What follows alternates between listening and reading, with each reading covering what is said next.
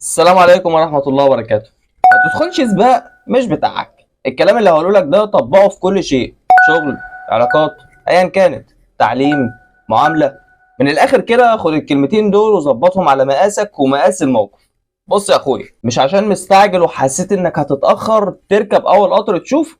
90% من الندم بعد الخسارة بيكون بسبب قرارك اللي خدته باستعجال. الاستعجال ده ناتج عن فرط المشاعر الصادرة من عضو هو فعلا عضو عبيط، عضو المفروض ما نعتمدش عليه الا بضخ الدم وبس. على كده القصد يعني ما تمشيش ورا قلبك في اي حاجه. لازم توصل لمرحله انك تتعامل بعقلك وتبعد مشاعرك وعواطفك نهائيا. مش بقولك انك تبقى صارم في حياتك وتموت قلبك لا سمح الله، قصدي ان قرارك الاول والاساسي يكون ناتج من عقلك وبعدها خلي قلبك يمضي على القرار وبس. على كده وانا والله ما جاي اعقدها عليك ولا بخوفك، انا بس عايز اقولك نزل عقلك الملعب هتضمن المكسب، وسيب قلبك على الدكه لغايه ما يجي دور. نرجع للقطر اللي سيبناه في اول الفيديو. لو قلبك غفلك وخلاك تركب القطر وبعد ما مشى اكتشفت ان ده القطر الغلط، على طول تنزل في اول محطه. مش عيب انك تعترف ان ده غلط وترجع لنقطه الصفر، لكن الكارثه انك تكمل في طريق مش بتاعك.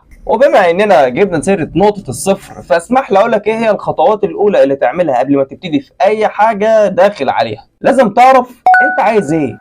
مفيش وقت ولا جهد للتجارب اليائسه، كفايه انكسارات لغايه هنا. البدايه الصح اللي عمرها ما هتخسر هي اللي هتبداها بنيه خالصه لله وبركعتين استخاره لو لزم الامر. خلاص كده عقلك وقلبك مهيئين للبدايه، توقع الاسوأ بقى. ليه؟ عشان لما تحصل المصيبه الصدمه تبقى حنينه. يعني على الاقل يا سيدي حصل حاجه كنت اعمل حسابها. الثقه 100% بدون تفكير ووحشه ومؤذيه. ما تثقش في صحتك عشان تخونك، ما تثقش في حد مفكر انك غالي عنده لان ربك مقلب القلوب. وهنا جت فرصه ان اقول اوعى تتعشم او تثق في اي حاجه غير حكمه وقدر وعظمه ربنا.